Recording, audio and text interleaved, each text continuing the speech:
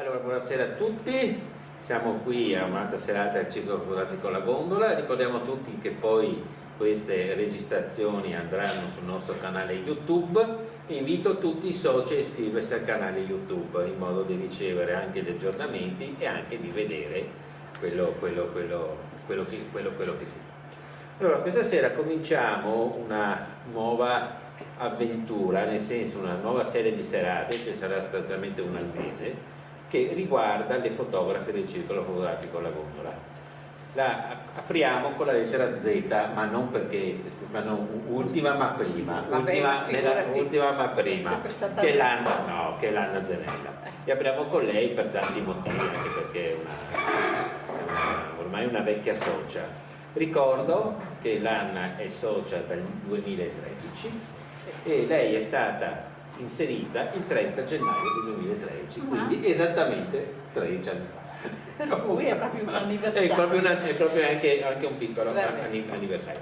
Proseguiremo la prossima settimana, il prossimo mese avremo la Caterina Codato, poi l'Ivana Galli e poi a seguire tutte le donne fotografe del circolo, nulla esclusa, anche quelle che hanno meno produzione, ma non importa che vengono, ma verranno. Allora, come strutturiamo questa cosa? Strutturiamo sotto la forma dell'intervista, abbiamo anche delle cose da vedere che sono caricate lì, e anche per far conoscere meglio quelli che sono i soci ai soci e alle socie e anche all'esterno, che è una cosa che facciamo poco perché ci conosciamo fra di noi, ma spesso tanti noi che sono tanti anni che sono qui, magari qualcuno non conosce. Allora io ho presentato l'Anna come giornalista, fotografa, scrittrice, eccetera. In quell'eccetera ci sono tante cose, anche mamma e nonna, giusto? Sì, ecco. Sì. Però vorrei che prima di tutto l'Anna ci descrivesse un po' se stessa, ma senza gli aspetti fotografici, gli aspetti extrafotografici. Vabbè, una confessione. È una confessione. No, anche è una perché confessione. di dai, solito però. al circolo non si parla, si mostrano le foto, adesso è tutto il rovescio. Meno male. Comunque, allora, al di là della fotografia, io arrivo a Venezia dalla campagna, diciamo, quando ho 19 anni. E niente, vivo a Venezia con varie vicende nella mia vita che mi hanno portato a vivere prima una fase in un mondo che dopo ho lasciato e poi mi sono inventata un nuovo lavoro, ho lavorato come ufficio stampa per istituzioni anche abbastanza importanti come la Biennale, l'Istituto Veneto, e la fotografia è arrivata a un certo punto della mia vita perché avevo bisogno come di un elemento di espressione, e un giorno sono passata davanti a una vetrina e ho visto una macchina fotografica e l'ho presa, e questo è stato l'inizio.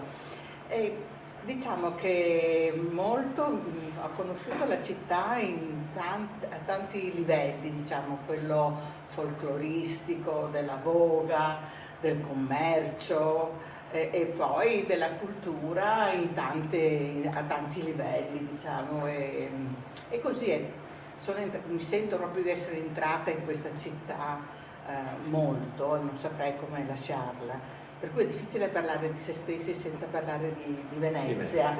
Cos'altro dovrei dire di me? Non so, a livello personale, forse che sono come avrete forse capito tutti, che sono una persona un po' irascibile a volte e che ho questo difetto, che per alcuni invece è un pregio, di parlare molto schiettamente, molto chiaro, e ci tengo molto alle relazioni umane, cioè alla qualità delle relazioni umane. Fai benissimo. Ecco. Allora, tu dici che hai visto una macchina fotografica. Sì. No, e poi che cosa hai fatto con questa macchina fotografica? No, perché a parte averla comprata. No, mi sono fermata perché hai detto al di là della fotografia. Adesso entriamo. Allora, intanto era un momento di crisi mio e avevo appunto bisogno.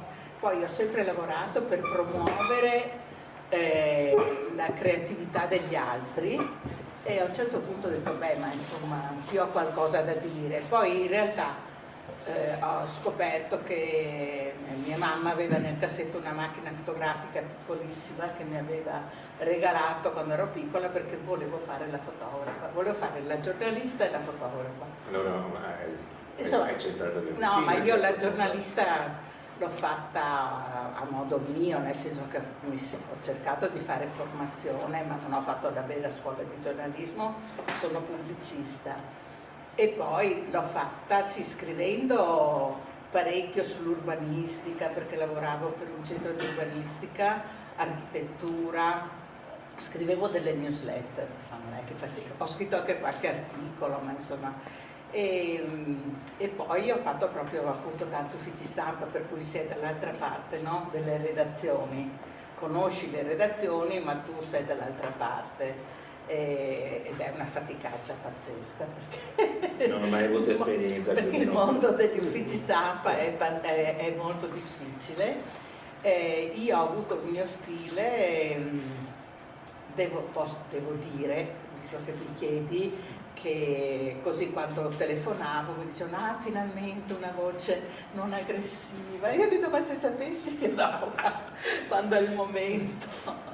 Comunque, tornando alla fotografia, ho fatto 2 corsi con Marc de Tolener, che voi conoscete, e dopodiché sono partita per l'India, ho fatto per il Nepal, ho fatto i miei viaggi da giovane inesperta, i miei viaggi fotografici, e è cominciato un percorso. Poi ho fatto parecchi stage con la Monica Bulai, con Enrico Bossan, ho fatto un anno intero con Enrico, poi sì, appunto sapevo che veniva, ma io non potevo venire, insomma ho cercato di fare un po' di formazione, di imparare un po' il linguaggio fotografico, però non sono amante della tecnologia, per cui ho imparato a fare le cose man mano che venivano e di cui avevo bisogno in quel momento. E che altro? Poi il percorso della fotografia, adesso sono in un momento di crisi, perché mi pare che a un certo punto molte persone trovano il loro quid, il loro stile, il loro linguaggio, invece io vi lascio prendere molto dalle cose che ho attorno, dal progetto che ho in testa e in base al quale sviluppo un modo di raccontarlo, per cui non c'è coerenza. Infatti ho portato tre lavori che non c'entrano niente l'uno con l'altro, diciamo, no? Per dire, ma cosa sono, cosa faccio, non lo so, sono piena di dubbi, per cui... Allora, ma a un certo punto ti si accorge che la fotografia era una cosa seria? Ma è seria a un certo punto sbattiamo il naso sempre con la fotografia, a un certo punto cominciamo a fare delle cose che sono cose degli altri e poi a un certo punto ci fermiamo perché capita a tutti e diciamo che adesso. Ecco, e questo passaggio come sta? No, è vero, mi è capitato, cioè io ho sempre pescato molto dalla mia emotività, per cui veramente ho a volte delle reazioni di fronte alle cose che ho attorno molto forti, e a queste io le trasporto a degli scatti anche inconsulti, magari disordinati. Da quelli poi costruisco un progetto, perché per me fotografare è avere un progetto, è concentrarmi su quello, cercare un po' di documentarmi e poi svilupparlo, però appunto ogni volta è capire che linguaggio usare, come non cadere nella tentazione di emulare, perché noi vediamo di tutto, hai già detto tutto, i grandi maestri li abbiamo sotto gli occhi sempre, per cui certamente siamo influenzati, per cui a volte mi è capitato di fare quei progetti sul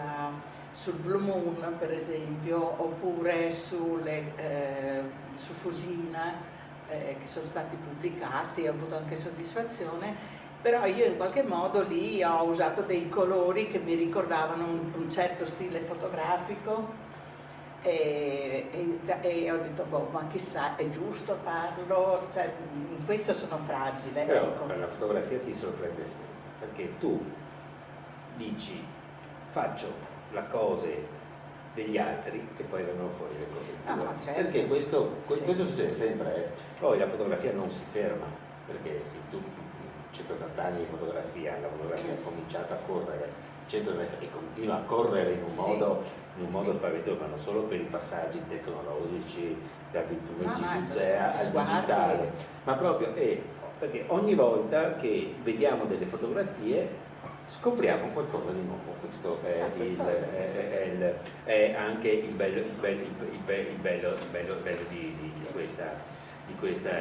questa situazione. E tu questo nuovo dove vai a pescare? Bella domanda.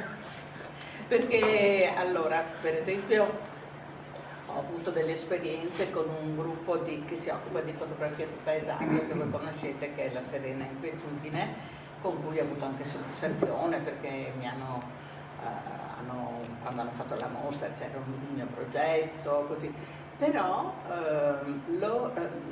io ho capito che loro hanno una disciplina molto forte che li conduce a guardare il paesaggio con grande rigore. Io questo rigore non riesco ad averlo, allora dico vabbè, il paesaggio non è fatto per me, cioè quel tipo di fotografia di paesaggio non è fatta per me,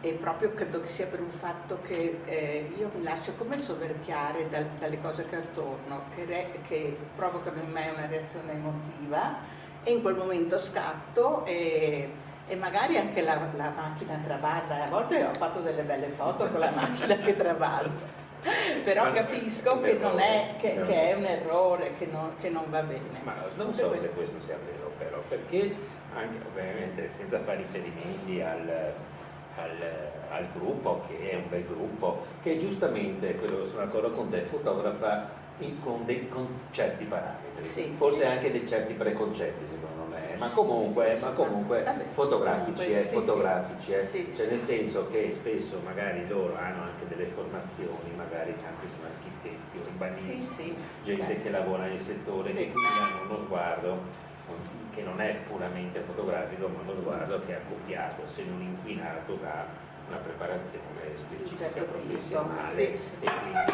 e quindi non è un errore, perché porti quelle che sono le tue conoscenze nella tua fotografia, e questo è fondamentale. Però la cosa fondamentale è che ognuno deve fotografare col proprio modo, col proprio approccio, questa è la cosa fondamentale, non con quello degli altri, d'accordo? Perché spesso vediamo, non qui, perché qui è un circolo di fotografi anarchici, assolutamente tutto uno differente dall'altro, non ce ne sono due uguali, e nessuno copia dall'altro. Questo forse tanti anni fa, 50 anni fa succedeva, 60 anni fa succedeva, si crea anche un modo, no?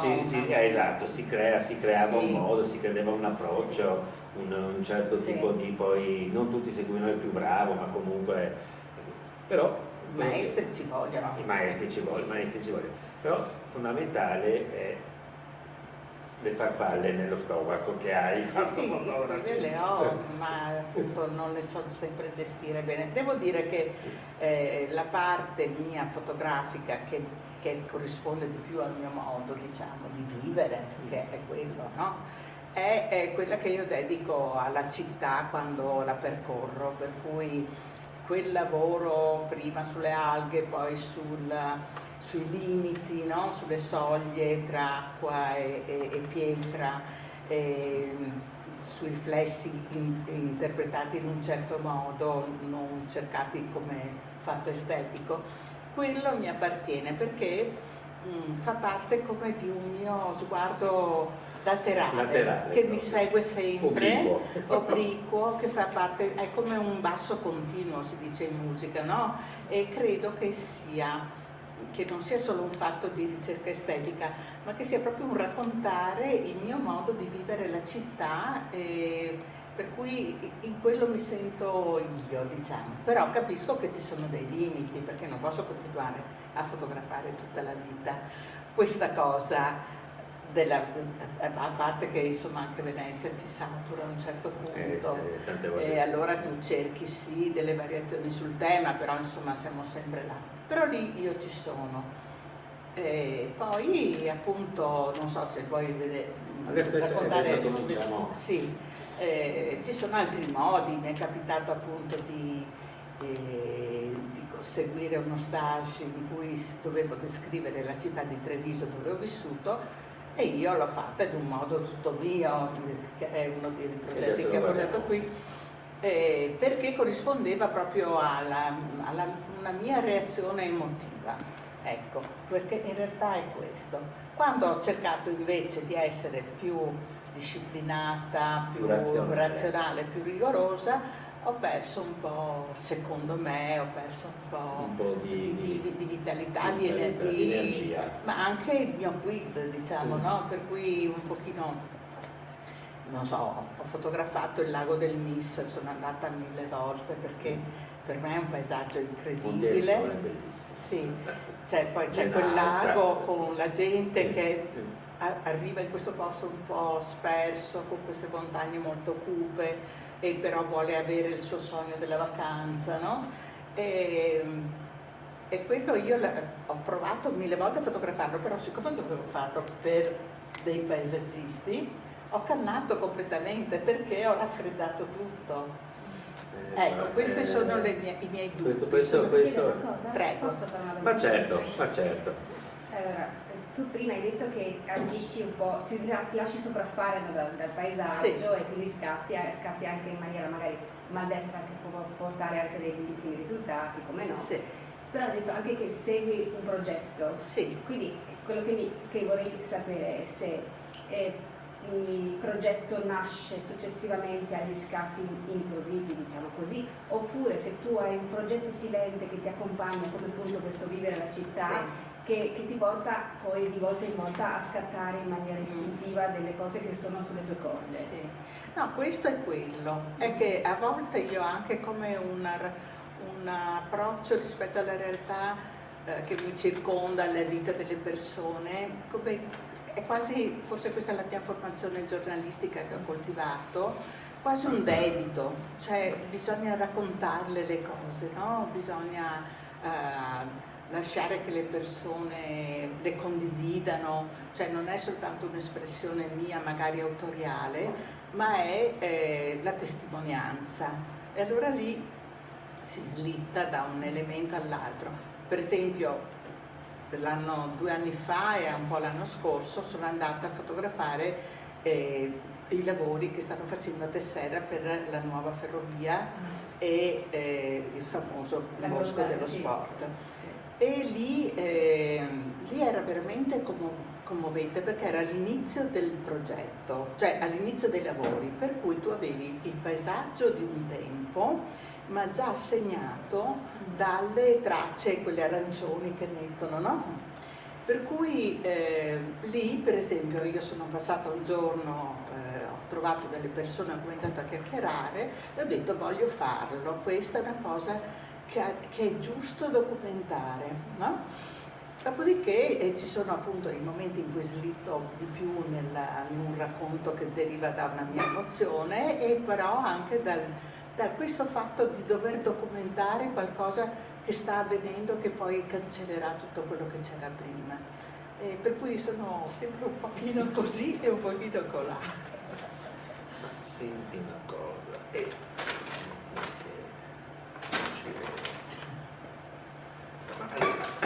allora, questo è il tuo approccio che abbiamo ben capito, però a un certo punto poi c'è il passo successivo. Tu riguardi queste fotografie, tu come fai a capire che la foto funziona o no?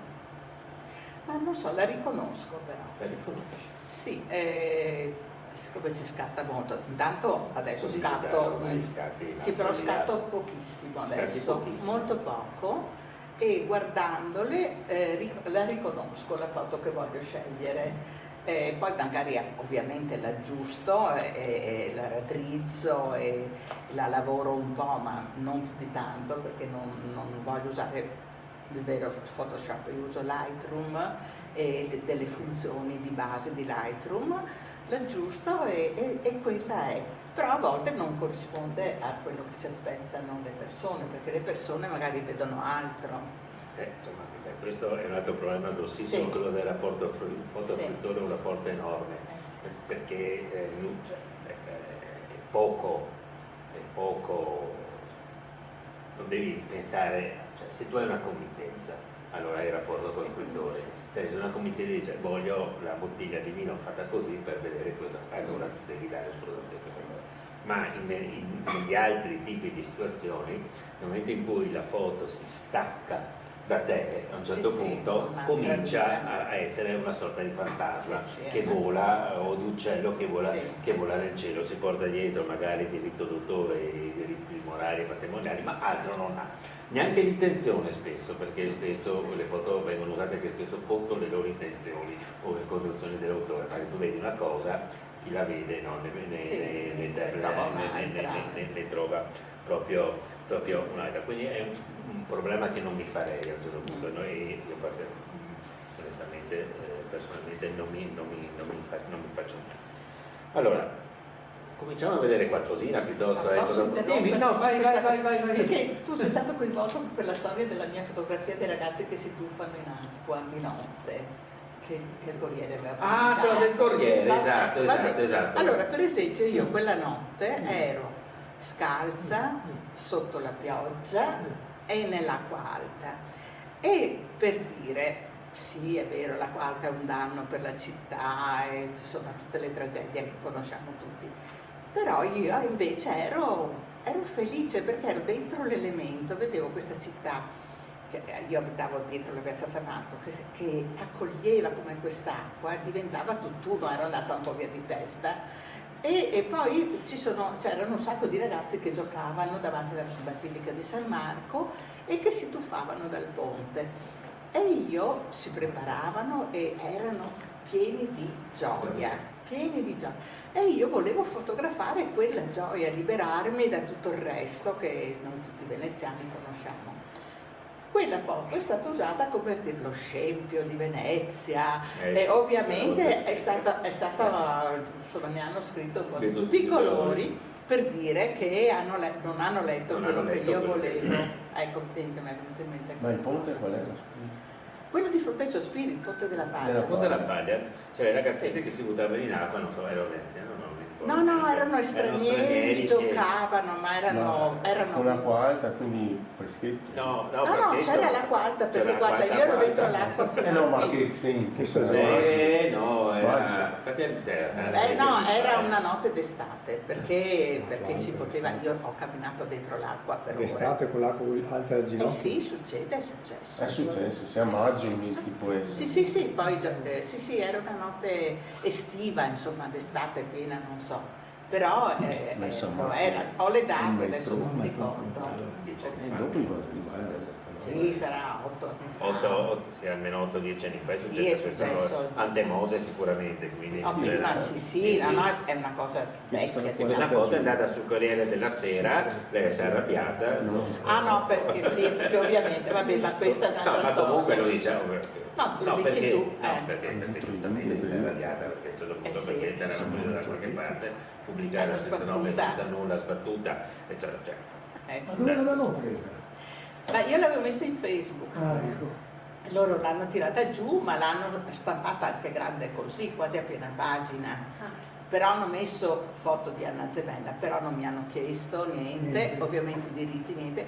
Il caporedattore io lo conoscevo sempre per il mio lavoro di mezzo stampa, allora gli ho telefonato e ho detto guarda che non si fa così, però dopo insomma grazie all'aiuto di Massimo C'è stata una donazione che è per il circolo. Sì, ecco, va bene, ma non voglio... Una delle cause più semplici per Massimo è questa qua. In cui il circolo è stato beneficato grazie sì, a ecco, non una grande cifra, però mi sono impuntata perché ho detto... Una cosa di principio che era Giustamente, certo. molto... Ecco Anna, volevo chiederti riguardo questo episodio. Sì. Hai avuto modo di esprimere anche che la tua foto aveva un altro modo di pensare alla città? No, perché ormai è ma riparlando, ormai era uscito Ma perché forse su Facebook l'avevi commentato positivamente o no? Non mi ricordo cosa avevo scritto, però ormai era cattivo. No, ma quando uno vede una foto di quel genere, tutti è spontaneo dire allora, a Venezia. ci sono delle immagini, cioè, che possono avere, che se non leggi bene possono avere un doppio senso. Oltre che c'è senso addirittura. sì, ma poi era ovvio che l'avrebbero letto così, in quel modo. È stata vista una guarda Ma mi sembra anche giusto che vi date così bene. Sì, è vero. Allora. Benissimo, permettimi. Penso al contrario. Ti faccio un'altra domanda che è un po' delicata. Aiuto. Donne fotografiche. Ecco, donne fotografiche. Allora, Qualcosa sulla fotografia e donna, perché l'argomento fotografia e donna è un argomento tanto delicato da prendere con le pinze, soprattutto da parte dei maschi. Ma poi a un certo punto c'è tanta gente che sostiene le donne in modo diverso dagli uomini. È il contrario. Cosa pensi di questo rapporto con le fotografie? allora, a me è capitato proprio l'anno scorso di fare 2 mostre con un gruppo di donne veramente brave e veramente toste, ma io non volevo, perché ho detto guardate che io, pur essendo stata una donna degli anni 70 con una mia storia, per cui insomma non dico il femminismo di pieno, non l'ho proprio vissuto, però in qualche modo mi è arrivato, ho detto guardate che io non ci sto a questa idea che bisogna essere diverse. Io sono una persona, che sono anche una donna, e come persona fotografo. E in quel caso lì avevo fatto tutta una serie di fotografie sulla statuaria veneta di donne ninfe che ci sono qua nel Veneto, e andava bene per il loro progetto e mi sono trovata benissimo, molto brave. Però il loro tema era la sofferenza della donna e lo sospirare della donna. Per carità, la donna esiste, ha tutte le sue difficoltà, io non le dico, ma io non riesco a vivere la mia fotografia come espressione della mia femminilità o del fatto che sono donna. Ci sarà per forza, esprimo una mia sensibilità che ha più del femminile che del maschile, però è proprio una cosa che io non. Infatti quando tu mi hai proposto, te l'ho detto subito, ho detto, ma guarda che io fotografo come persona, ma come donna. Le domande te le faccio, le risposte è bello sapere, perché sicuramente avremo qualche altra voce che dirà un'altra cosa, in modo che sentiremo anche da questo, dalle altre, a un certo punto, che qual è il loro rapporto. Guarda che le donne con... sanno essere terribili, per cui io preferisco sempre gli ambienti misti. Sono donne un po'. Sì, allora sono donne terribili, donne che non lo sono o che dovrebbero essere. Sì, no? Ma quando metti insieme un gruppo di donne, mi è capitato. Credo che tu abbia realmente ragione, perché è l'esperienza mia. Ci sono tanti passati esempi di questa cosa, di cui magari noi siamo a conoscenza in modo più o meno criptato. Cioè delle donne fotografe del circolo non ho avuto esperienze, per cui lo dico in modo relativo alla mia esperienza, ecco. Però le donne fotografe qua in circolo dovrebbero fare un bel gruppo, ma in sé questo gruppo non lo so, stenta a cementarsi, stenta a stare insieme, anche perché spesso ci sono e non ci sono, cioè per tanti motivi, questo mi raccomando, come i soci ci sono e non ci sono per tanti motivi, perché ovviamente questa è un'attività perché Massimo usi il termine le donne devono fare un gruppo?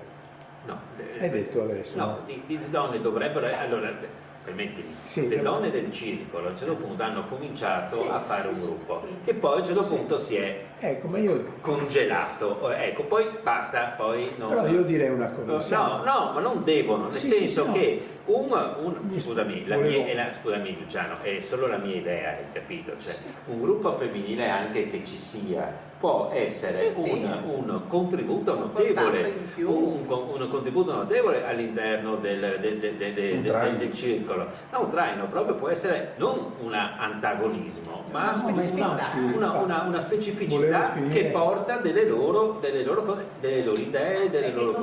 Ma io volevo finire il mio pensiero. Scusami, quindi voglio dire, siccome siamo 4 gatti tra maschi e femmine, Allora, onestamente siamo pochi, diciamo francamente. Siamo... Vabbè, allora, dobbiamo essere insieme.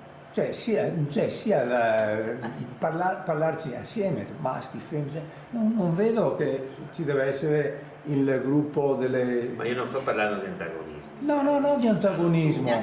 Trovo, se siamo in 10 fare magari... Integrazioni, Sì, ma ho capito, fare all'interno di 10 persone, perché grosso modo siamo 10-12 che partecipiamo. Se uno comincia, c'è il nucleo femminile... Lo trovo, dovrebbe essere una cosa aperta. Che se ci fosse un nucleo femminile un po' strutturato, io la troverei una cosa molto positiva per il circolo. Questo è il mio pensiero. Basta, fine. Chiudiamo questo discorso. È pericolosissimo. Teresa, volevi dire? Certo che, come dici tu, la vita è il peggior nemico del circolo, perché ovviamente tante cose ti portano a partecipare limitatamente, non è una questione di... Faccio una domanda anche su questo. Allora, adesso un'altra domandina ti faccio. Perché sei venuta alla gondola? Perché allora, guarda, è una bella storia questa, perché io ero all'inizio, avevo già fatto qualcosa, non ero proprio all'inizio, però io credevo di dover fare un esame, perché questo circolo della gondola per me era un mito, insomma, non un mito, però insomma si sapeva che era un circolo di esperti, fotografi, e io ero un pochino all'inizio.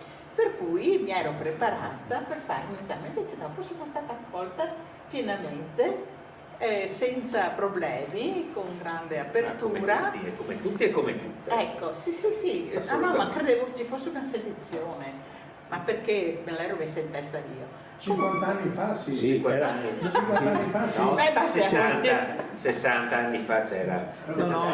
Sì, c'era la cinquantina, più di 50, scusa, mi permettete.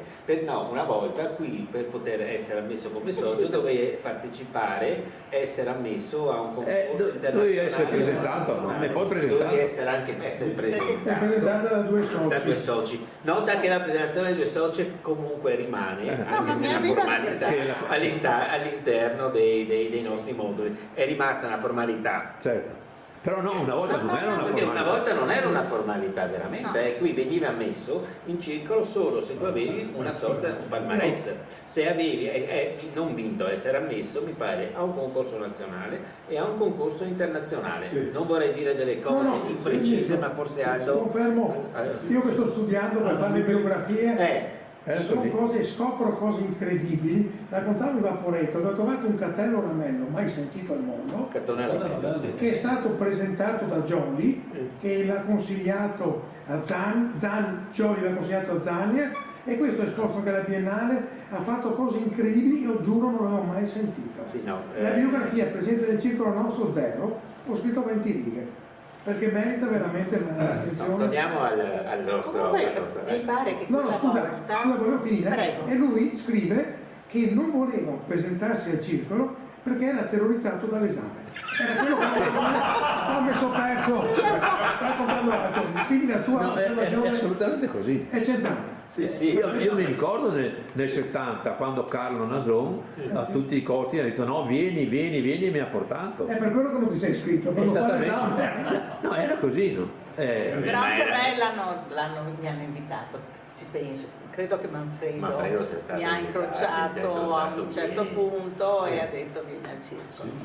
Per cui però non è stato formale. No, è nato Ivi. No, ma le cose. Io ho portato una foto. Cosa ne pensate? Per me, a superarsi di piedi. No, ma c'erano delle cose che ovviamente erano dietro. Foto stracciate. Sì, quello per questo lo so. Ma permettetemi, siamo ai primordi, siamo alla preistoria. Però ci vuole un po' di grinta, no, certamente. Ma permettetemi, guardate che un certo Giuseppe Cavalli ha fatto lo stesso con le foto di Gianni Berengo-Garzi. Ah, certo. Sì. Capite, quando Gianni Berengo-Garzi andò giù a Senigallia a fare delle foto a Giuseppe Cavalli, cioè la reazione fu questa. Sì, ecco. Quindi non cerchiamo non facciamone un mito, facciamone un pezzo di storia, perché è così, ma non è una storia. No, la domanda era così, per prepararne un'altra. come hai vissuto questi 13 anni di circo? Bene, male? No, sii sincera. Perché io sono sincera, di solito lo sono. Sii sincera perché qui stiamo facendo una cosa anche non per noi, ma per gli altri, per la storia, per una sorta, come hai detto tu prima, anche di confessione su certe cose, sul bene e sul male di queste cose, perché non sono perfette. Dunque sono venuta un po' intimidita perché appunto ho visto persone che sapevano molto, poi a me proprio mancava una cultura fotografica, mi mancava proprio un contesto di cultura fotografica, per cui qui l'ho avuto, e anche poi certi spunti di carattere tecnico, per cui insomma ho imparato delle cose. Poi però diciamo che un lato che probabilmente è un po' dei circoli, è un po' delle associazioni, ho sentito un po' di chiusura, o non tanto chiusura, ma forse un po' di competizione tra i soci. Allora ci sta però, no, ecco, vedi, per me sì, un in po' certo modo ci sta. Sì, però questa è la cultura maschile. Lo so, sarei d'accordo. Le donne sono buona. Comunque anche le donne sono competitive, per carità, sì, voi vi esprimete in un altro modo. Per cui un po' di competizione, un pochino alla volta, poi per questioni anche mie personali, un po' mi sono allontanata. Poi c'è stato un momento in cui mi sono anche proprio arrabbiata, per cui ho detto basta. Col circolo non voglio più avere nulla a che fare, ecco. Cosa ti ha fatto arrabbiare? Tanta gente si arrabbia. Cosa ti ha fatto arrabbiare? Perché c'è stato un momento in cui mi è stato chiesto se volevo fare delle proposte, delle cose, e poi tutto si è spento, poca chiarezza nelle relazioni. Ecco, per me questo è stato un motivo per cui non mi avete più visto. Per cui io preferisco magari un po' di ruvidezza, un pochino così, però dire le cose come stanno, non soltanto per quanto riguarda la fotografia che fa schifo, è bella, così, ma dire anche le cose che per avere un rapporto più maturo, più sincero. Ecco, ma lo trovi ancora dentro del circolo questa sensazione? Adesso è un parecchio che non vengo, esatto, potrebbe essere ma io non voglio fare la maestrina, io dico quello che ho provato, cioè non è detto che quello che ho provato io debba essere per voi una via da intraprendere, quello che ho provato io, per cui un po' mi sono scostata, però anche si è sovrapposto a un altro periodo molto più difficile della mia vita, per cui insomma...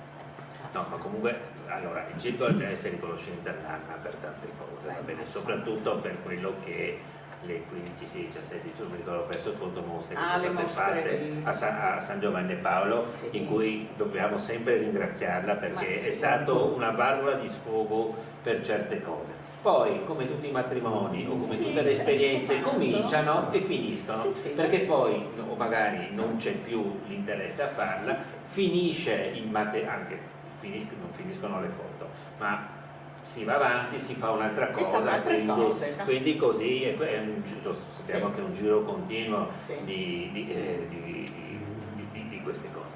Bene, allora la domanda era come avevi vissuto. Io ve l'ho detto, adesso no, hai fatto benissimo, hai fatto perché... presente che qua siamo 40-41 adesso, ecco, ovviamente non tutti sono presenti, non tutti partecipano, c'è un giro continuo perché il nostro giro di 20-25 persone c'è sempre, poi ci sono i soci fantasmi che restano fantasmi, pagano la quota, ma vabbè, lo zoccolo duro, c'è sempre, sappi benissimo quelle che sono le cose, anzi acquistiamo, gente ne acquistiamo perché abbiamo aumentato il numero di soci quest'anno, che sono rientrati Rizzardini, è entrato il professor Cabrini, Samuel Lacroix, collega, quello che è bravo, a un certo punto abbiamo i soci lontani, abbiamo adesso anche le tecnologie che prima non avevamo, perché prima del Covid, facciamoci in mente locale, Zoom non esisteva, c'era Skype, vi ricordate? Ecco, adesso quando noi riusciamo una volta al mese di media, una serata da casa da Zoom la facciamo perché i soci lontani a un certo punto vengano, possono esserci. Che poi speriamo ci siano. Ecco, bravissimo Luciano, però nonostante questo anche la gente sta a casa in pantofole.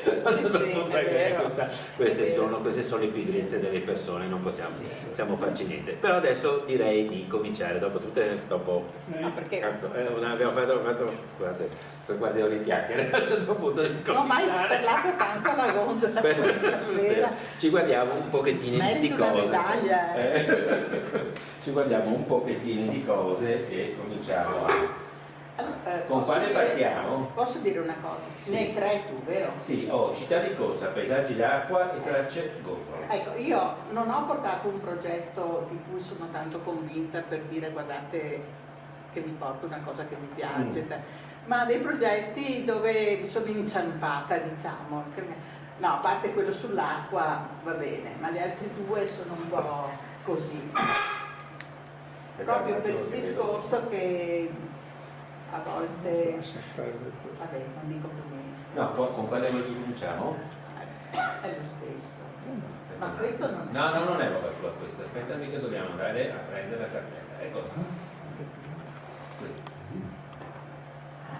Hai preso la foto, Dopo c'è anche questa cosa qua. Allora, città di corsa, paesaggi d'acqua, tracce GoPro. Cosa guardiamo? Come li ho messi, dai, è lo stesso. Come li hai messi? Allora. Vediamo se riesco a farlo partire, slide show.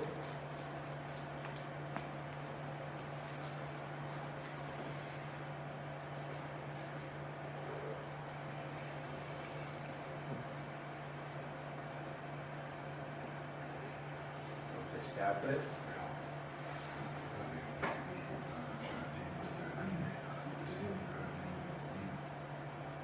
E allora? Dove sei? No. Grazie. Tecnologia. Facciamo così. Cosa è questo? Non è questo. Fai la Modifica, seleziona tutto, rifà partire la presentazione.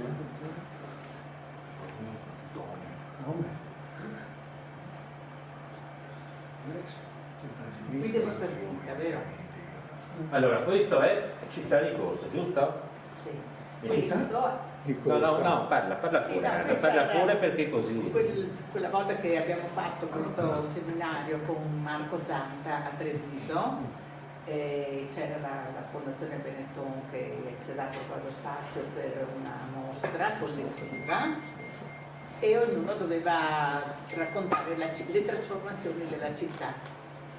E io con un approccio polemico, siccome tutti parlavano della Treviso bella, con le acque, le cose, tutte per bene come sono a Treviso, io ho detto ma guardate che per me per esempio che non la vivo da tanto tempo, questo tutta questa gente che corre attorno cioè, ha una percezione della città completamente diversa, per cui mi sono anche guidando io ho fatto delle foto, poi mi sono fatta portare da mia sorella e ho fatto queste foto che ovviamente sono mosse, questa è una macchina. Però città di corsa, cioè attenzione, no, non è l'ho fatta una città di corsa. Sì, è una città fatta di corsa. Se fossero state. Poi le ho trattate, le ho un po' stressate, diciamo, come colori, si vedono i riflessi, cioè sono foto sporche, diciamo, non sono.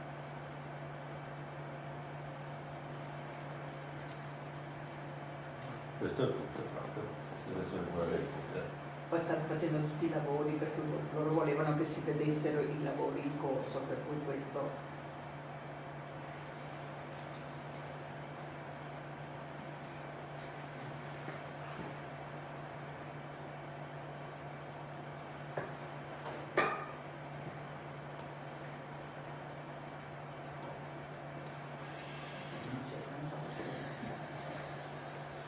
Ci sta però,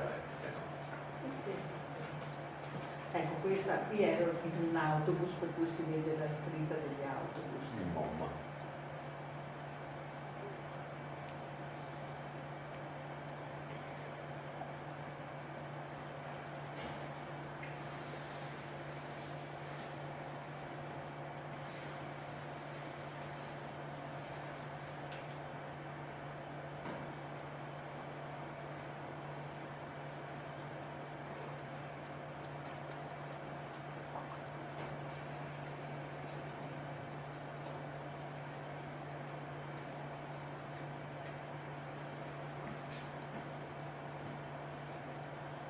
Se le fate io con le macchine che mi suonavano dentro, guidando. Credo sentito. L'inconscio tecnologico che era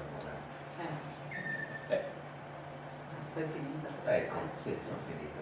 Torniamo indietro un attimo. Sì, per cui... Sono stati contenti i trevigiani. Li hanno esposto, Sì. hanno esposto anche degli altri, però queste sono state selezionate per avere una certa visibilità, perché era un approccio particolare. Certo. Conoscendo i trevigiani poi con la loro... Sì, poi la Marco loro... Zanta lo conosci? Marco Zanta. Sì. Che fa foto di architettura, tutto quanto. Precise, misurate. Ecco, però ha detto, ma queste... È stato un salto per loro, proprio un altro approccio. No, perché poi c'erano altri fotografi, nessuno professionista, però bravi, hanno fatto delle cose più egregie forse, però a me è venuto così. Il tema che era da... Perché loro con il PNRR, invece che fare il bosco dello spot, hanno dato avvio a parecchi cantieri a Treviso, recuperando parecchi posti. Allora la città, il comune di Treviso ha voluto che si documentasse la trasformazione della città. E allora ci sono state appunto queste indagini, ci sono stati 2 fotografi professionisti, Zanta, e 4-5 di noi che abbiamo seguito il seminario, le conferenze e tutto, e hanno fatto una mostra alla fondazione per qualche giorno. Bene, qualcuno vuole commentare, dire qualcosina? Quindi proseguiamo con gli altri. Ma io dico solo una cosa, con tutta schiettezza, cioè se tu non, cioè il fatto di vedere la città che sta cambiando, cioè non la vedo. No, non la vedi perché non è documentaria questa cosa. Sì, no, magari ci fosse stato Sì, è vero. Vedi un percorso che uno fa all'interno di quel progetto, io avrei detto ma l'approccio è particolare. Come dicono i professori, stanno da fuori tema, però parlo io. Sì, non è documentaria, anzi è tutt'altro, no? È un'astrazione. È un'esperienza. Ecco, brava, è un'esperienza, non è una stazione. No, è un'estazione, e non è neanche cioè... un documento, è un'esperienza. È l'esperienza, diciamo, dell'automobilista, perché l'automobilista vede questo, anzi non vede a un certo punto, e solo col mezzo fotografico tu riesci a un certo punto a bloccare qualcosa che neanche l'automobilista vede, cioè direi esagerando che è una foto cieca, ma comunque, ma così, quindi... No, è il potere del mosso che è il potere del mosso che è forte qua, no? Un'esperienza da ma deve essere esatto, forte. Deve essere forte, è solo la fotografia che sa rendere sta roba qua, no? Certo, assolutamente, no, forse anche un po' il cinema a mano. No, perché bloccare il movimento o in senso assoluto o in senso relativo, perché lei in questo caso si sta muovendo con la macchina e l'oggetto dovrebbe essere fermo, ma si muove perché lei fotografa con un tempo di esposizione sufficientemente lento per muovere, quindi è un discorso anche di fasi relative tra lei e la cosa che sta fotografando. Il tempo lento l'ho proprio scelto. Certo, se no non ce le portavi. No, perché c'era anche la corsa della macchina. E dipende anche dalla distanza della cosa che fotografi. Sì. Perché ad esempio la seconda fotografia, ad esempio anche un elemento quasi fermo, Infatti, mentre tutto il resto... Certo. Sì. quindi In alcune c'è... dopo, come dice Luciano, giustamente non c'entra niente. No, ma non c'entra niente. Sì, ma il mio era un approccio polemico perché gli altri certo. avevano... Queste sono un'altra cosa diversa. Questa è una cosa diversa, cioè nel senso, però c'è l'inquinamento della strada, dei piani che si sovrappongono, che si duplicano, eccetera, eccetera, eccetera. Sono dei riflessi questi. Questa marea di inquinamenti. Sì, poi c'è lo specchietto dell'automobile, ma c'è ancora il mosso, perché in questo caso lei è ferma, però c'è la bicicletta mossa. Assolutamente. Che corre. Sì, l'elemento è mosso. Posso? Vai. Luciano ha ragione, non ha torto Luciano. Se tu vuoi partire da un concetto che il tema era la trasformazione delle città, ma a un certo punto chi se ne frega? Chi se ne frega? Questa è la fotografia, e dove è l'ambito dove la fotografia può lavorare. In questo caso specifico lavora proprio in quelle cose che altrimenti tu non andresti a vedere, perché chi guida la macchina, chi guida il treno, qualcos'altro, segue la strada per arrivare sul punto, non ha neanche tecnologicamente nell'occhio la capacità di vedere questi mossi qua. Quindi è come esplorare un nuovo mondo, ed è fantastico, è una cosa che la fotografia, cioè questo dovrebbe essere il flusso. È inutile che andiamo a vedere perché ho messo quel fagiolo, guardiamo la pianta che è cresciuta. Questo è il punto. Allora, in questo caso specifico, a meno che uno non si metta appositamente in treno in macchina per osservare al massimo quello che succede fuori, che potrebbe essere una cosa da spettatore, non da chi guida, ma comunque voluta e intenzionale, è la fotografia che riesce, perché mai tu in movimento puoi fermare un qualcosa del genere. Cioè, il cervello vede, ma mai così. Mai. E quindi è un mondo nuovo, è una delle esplorazioni della fotografia più efficaci. Il mosso che poi ci sia il tema, non ci sia il tema, chi se ne frega? Se ne frega, hai capito? Questo bisogna capire. Il soggetto è un pretesto. Il soggetto è sempre un pretesto.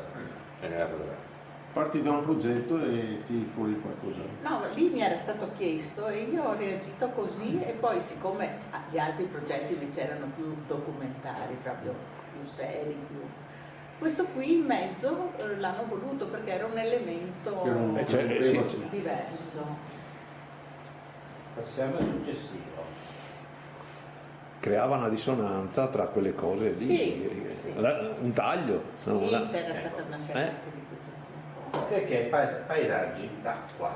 Qua torniamo a un tema caro all'Anna. Sì, le alghe. anche sì, le alghe. L'hai già detto altre volte, anche l'hai ripetuta più volte che ai ritorni. Giovanni Bellini ha dipinto tutta la vita Madonna con il bambino. E quindi mi piace sto parolone di Giovanni Bellini. Quindi dai, mettiti fuori pace, no? No, però comunque ecco, mi salvo perché sono variazioni, cioè perché una volta facevo solo le alghe, adesso invece qua ci sono io che fotografo un po' di narcisismo, vabbè. Però queste è la conversazione della città di pietra, no? Dalle rive con l'acqua e gli elementi che ci sono nell'acqua, per cui è una variazione. Ed è quello che in fondo, come dicevo prima, noi in qualche modo con la cosa dell'occhio abbiamo sempre, adesso devo dire che quella volta che mi sono incontrata con Tiziano Scarpa per fare il libro, in realtà io l'ho sentito recitare il suo scritto, che era una bozza solo, no? E ho detto, ma guarda, sì, lo conoscevo, però non è che frequentiamo gli stessi mondi, insomma, lo conoscevo e basta. E ho detto, ma perché c'è così sintonia che non è, cioè lui parla di altre cose, però sotto è proprio lo stesso humus, perché effettivamente viviamo la stessa città e in questa città succede anche questo. E questo è... Cioè. Sì, Maurizio. No, voi di solito guardate le foto, ma non bisogna dire niente. No, perché così si guarda per capire noi cosa pensiamo di lei.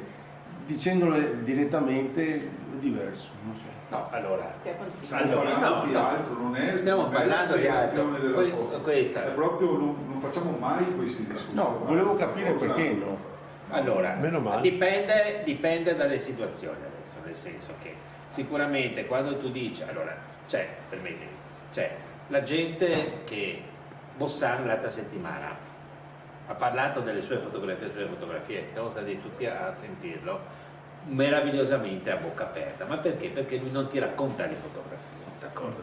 C'è la gente che invece ti racconta e ti vuole imbarcare, permettetemi di dire la cosa. Questo è quello che non vogliamo noi, perché spesso è così, d'accordo? Cioè il discorso è concluso, lo fa chi fa la fotografia la spiega, no, d'accordo? Qui siamo in una situazione completamente intanto stiamo facendo un colloquio, un'intervista e quindi abbiamo un doppio canale, a un certo punto un feedback che va e torna continuamente e lei è ovviamente con voi. Quindi l'appoggio verbale suo è importante, anche perché qual è il gioco? Alla fine riconoscere Anna Zanella dentro queste fotografie, d'accordo? Perché questa è una cosa importante. Cioè se quello che lei ci dice corrisponde a quello che lei vede e quello che alla fine ed è una bella firma. Maurizio, dipende dalle situazioni, d'accordo? Spesso lo facciamo, spesso ci sono dei fotografi difficili in cui facciamo fatica e allora c'è necessità. D'accordo? Non so, Claudia Collet, non so ve la ricordate con le cose un po' di tempo fa, ma ci sono dei fotografi più empatici a cui questo lavoro non serve. Qui stiamo facendo questo lavoro stiamo facendo un'altra cosa completamente differente. Poi, a seconda delle situazioni, ci regoliamo, ci equilibriamo. Questo è un esperimento. Anche un esperimento, questa è anche la prima che facciamo. La prossima volta che ci sarà la Caterina Codato sarà più difficile a un certo punto lavorare con lei, avete capito? Dai, andiamo avanti che le guardiamo. Allora, io perché poi ho delle cose da dire. Sì, ma potete continuare perché adesso... No, se non c'è nulla da dire, Maurizio non si dice, se non c'è nulla da fare. Un bel tacere non fu mai scritto.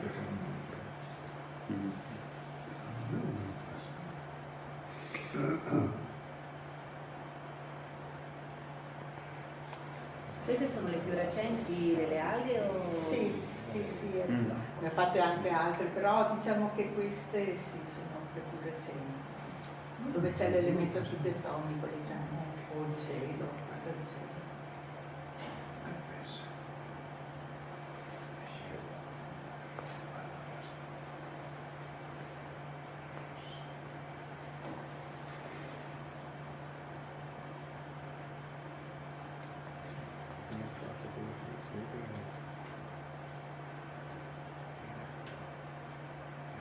Indietro un documentino lo faccio io.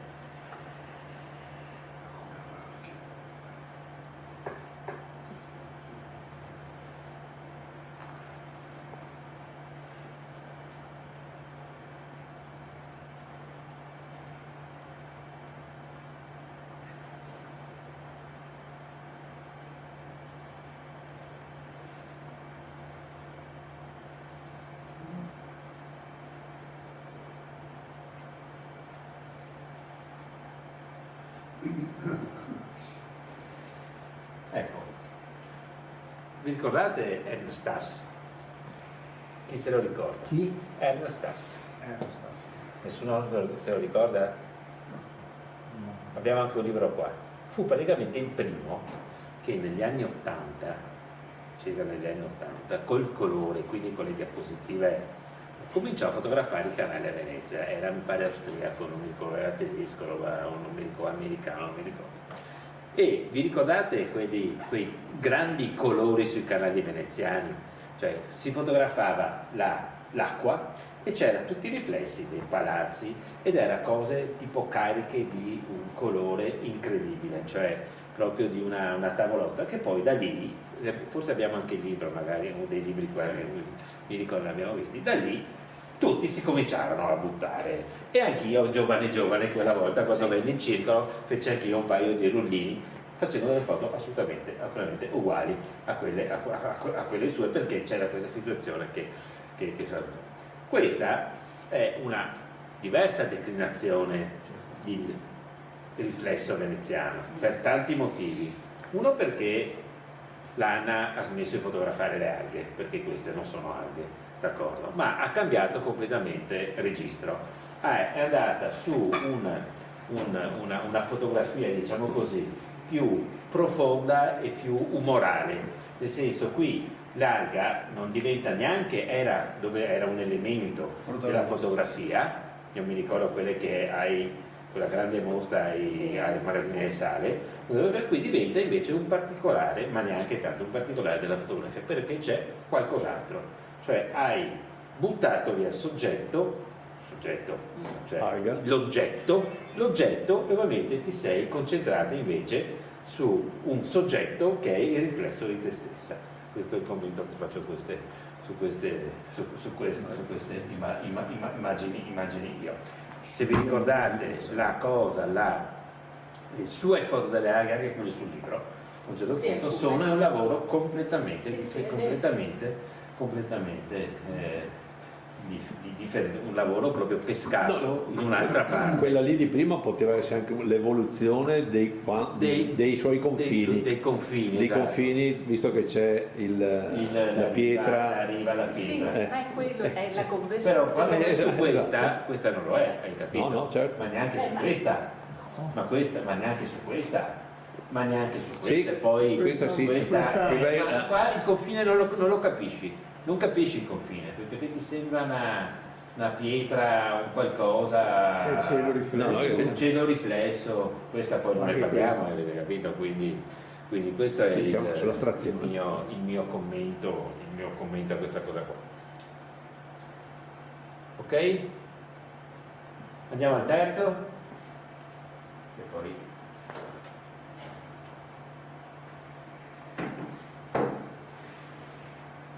il terzo si chiama il tracce. Sì, questa è tutta un'altra storia.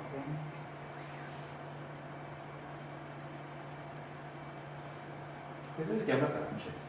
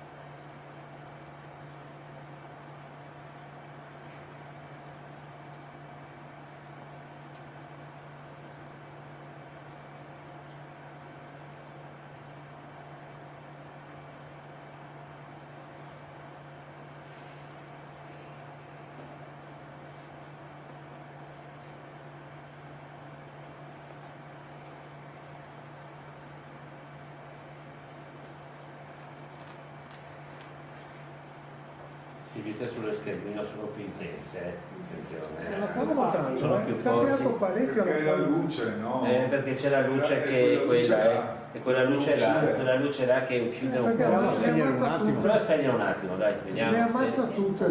Vediamo, provate. È un proiettore. Eccolo qua, dai. Adesso un po' è già migliorato. Dai che ne rivediamo un attimo, poi.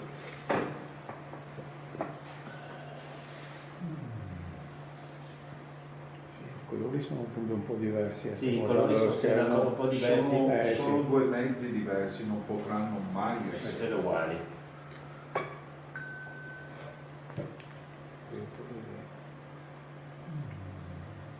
Ma si vede molto meglio adesso. Sì.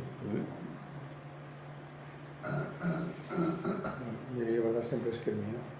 Sì, io lo seguo che sul... Guarda che differenza che c'è. Sì.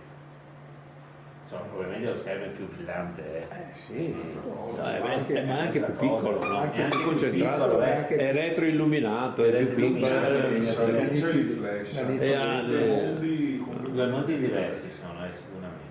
I colori non saranno mai uguali, però i colori sono quasi uguali. Ci sono. Tutto profilato qua. Ben profilato, quindi sono leggermente più chiari. I bianchi giusti. I bianchi sono giusti.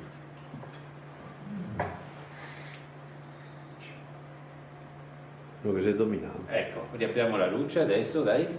Ecco, forza ultima a voi. Qualche commento, avanti, non si può stare zitti. Teresa, dai.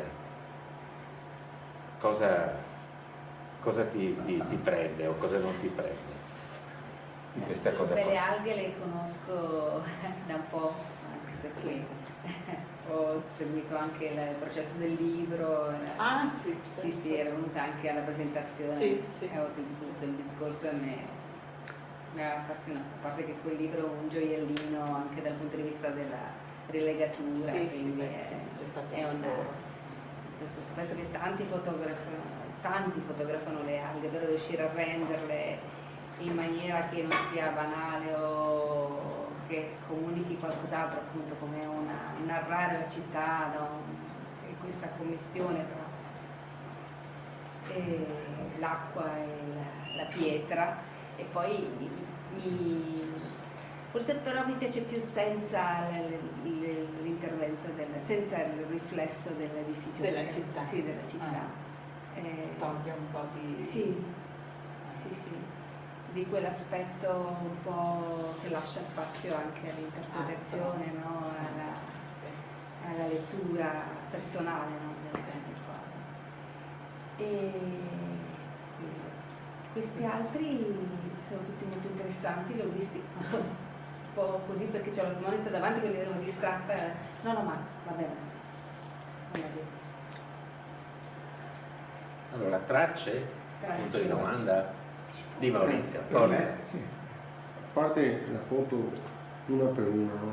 L'idea delle tracce. Posso rispondere? Sì. Altro che?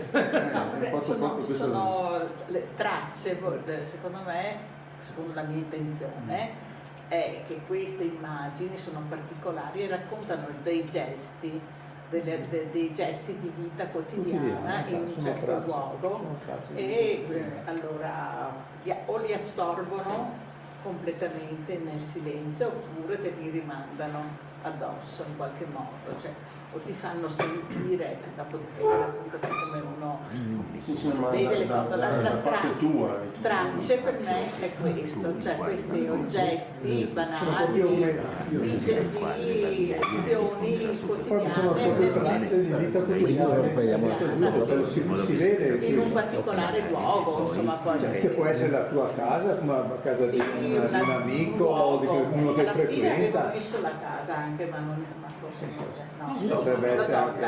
No, c'è forse. Io l'avevo vista forse. Scusami.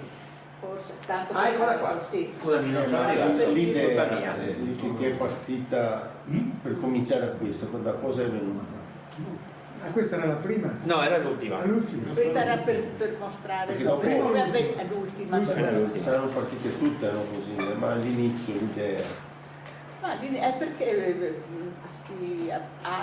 mi capita di abitare in un luogo dove le cose sono sempre un po' le stesse, c'è molto silenzio e a me pare come che questi oggetti, questi spaghi che vengono tirati così in qualche modo nel loro silenzio però raccontino il gesto della persona che è stata lì.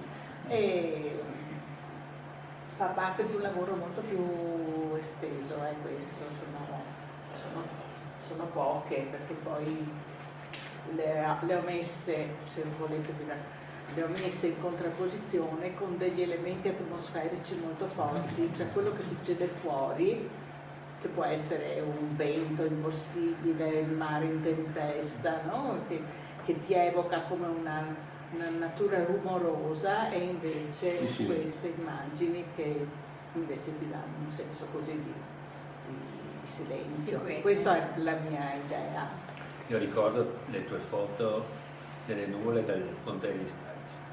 Sì, beh, non vi ho portato perché lì sto lavorando tantissimo. Sì, sulle nuvole. Sì, però devo... Dai, sarà per la prossima volta, però devo vaccinarlo di più con la loro. Allora, siamo al termine di questa cosa. Adesso faccio una sorpresa all'Anna. Allora,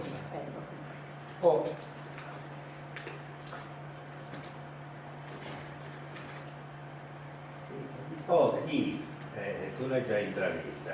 Allora, adesso io chiederò all'Anna di dire una cosa ad un fotografo. Ad un fotografo. Ho scelto un'immagine, lei adesso l'ha vista con la coda dell'occhio, con il suo sguardo laterale, e avrà 1 minuto, 2 minuti, 3 minuti, quello che vuoi. Tarcisio girerà la camera verso di te e ti verso di lei. Allora, questa è una foto che io ho preso da Facebook dell'Anna. Questi sono i bisnonni, i suoi bisnonni, vero? Sì. Qui, Giuseppe e Maria. Giuseppe e Maria, pensate. Abbiamo il fotografo, eccolo. Vedete l'ombra in basso a sinistra? Sì. Questo è il fotografo. Allora, Anna adesso ha 1 minuto, 2 minuti per parlare, per dire qualcosa a quel fotografo.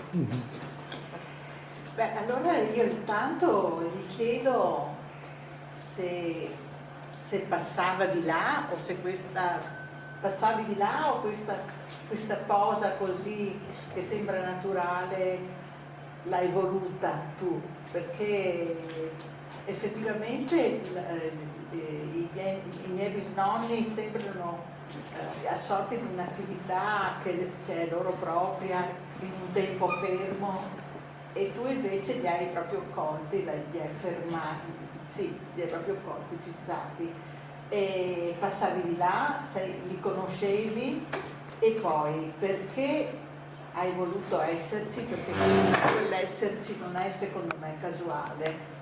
E chi sei? Sei un parente, hai amato queste persone, hai conosciuto la loro vita, perché sei il fotografo di paese, perché adesso ho capito che c'erano i fotografi di paese e che fotografavano le persone senza metterle troppo in contesti costruiti in studi, e li cercavate andando in giro con le vostre macchine fotografiche anche ingombranti. E chi sei? Che altro dire? Di che anno è? Ma sai che non so di che anno bisnonni. Non saranno 1880, 1890? Bisnonni. Bisnonni. Io ho 73 anni. 1850 circa, quindi passiamo 1920? No, sì. 1920? Può darsi. No, ho fatto i conti con l'età. Anche perché non aveva una macchina di grande formato. Ma lei dica a una certa età però. No, la macchina fotografica non è di grande formato, c'era così. Sì, ce l'aveva 6,9. E questa è un negativo. È un 6,9. È un 6,9. Sì. Quindi, ma tu non sai se era un parente invece? No, non so niente. L'hai ereditata senza sapere? Sì, erano tra le foto che ci sono di famiglia, e queste le abbiamo noi fratelli, ognuno ha questa, perché a me piace tantissimo, al di là della storia del fotografo, perché... Ma è Veneto questa? Sì. Qui erano fuori Conselve, cioè provincia di Padova. Lui faceva il mezzadro, era mezzadro, e lei ha fatto 16 figli. 16 figli. Insomma, 16 figli. Vedi che lui ha 20 anni, nel 1933. Sti nonni qua, che riga 20 anni, vive del Novecento. Sono tornati tutti e 4. Scusami. No, allora devi far conto che questa non è una lastra. Questa è una pellicola celluloide, quindi le pellicole celluloide sono arrivate alla fine dell'Ottocento, non prima. No, scusa, ma quanti anni hanno questi signori? Fai i conti, scusa, mi permetto di dire, l'Anna ha 73 anni, quindi vuol dire che è del 53, grosso modo. 55. Sua madre fosse stata del 33, che aveva avuto 20 anni, i nonni, cioè, se anche i suoi nonni hanno avuto lei e la mamma di Anna nel 1910, mi pare però che i nonni sono abbastanza vecchi, quindi cioè, sto facendo questo, non sto pensando mostravano molto più vecchi. Va bene, parlo quanto che ti vuole, cioè minimo. Sono nati attorno al 1850, non mi sente allora, 4 figli loro sono andati a fare la prima guerra. Sì. E invece 18 avranno avuto. Per quello dico, sono prima del 1999. Prima del 98. Se hanno avuto 16 figli, avranno 25 anni tra il primo e l'ultimo di differenza. 16. Quindi sono esperto di quindi sicuramente prima del 900 sicuro. No, ma questo è dopo del 900, diciamo sta qua. Te lo dico io. Ti posso mostrare le foto della mia bisnonna bivolante, a parte quelle che abbiamo trovato con i sardini, che era il 1871, più vecchia, del 1915-1920, è più o meno come quella. Quindi quella era nata nel 49, 1849. Bene, allora io ringrazio l'Anna, che è stata una bellissima intervista. A me che torni in archivio, che lavoravamo benissimo. Lavoravamo benissimo. Bene, grazie Anna, grazie a voi, sei stata bravissima, grazie veramente. A voi. Spero di non avervi Si chiama una sommeia, in Veneto si chiamavano sommegge. Cosa sono? Perché il fotografo si chiamava Sommeggiaro e queste erano le sommegge, perché assomiglia. Avete letto quell'articolo? Perché ci sta proprio con questa storia di smargiarsi sui fotografi di paese. Sui fotografi di paese. Io sono andata a vedere la mostra a Bologna di Pezzini, via Pezzini, foto bellissime perché non sono, cioè alcune sono in posa, ma sempre nei luoghi di lavoro, dei luoghi di lavoro, non in studio, e altre invece non sono in posa e sono particolari perché veramente erano, poi avevano dei protocolli. Ah sì? Caspita. Però lui, questo qui mi pareva non fosse più libero come non. Sì, perché dopo avevano. Perché effettivamente avevano questa libertà. Ma comunque l'articolo di Scanzassi era molto bello, molto bello.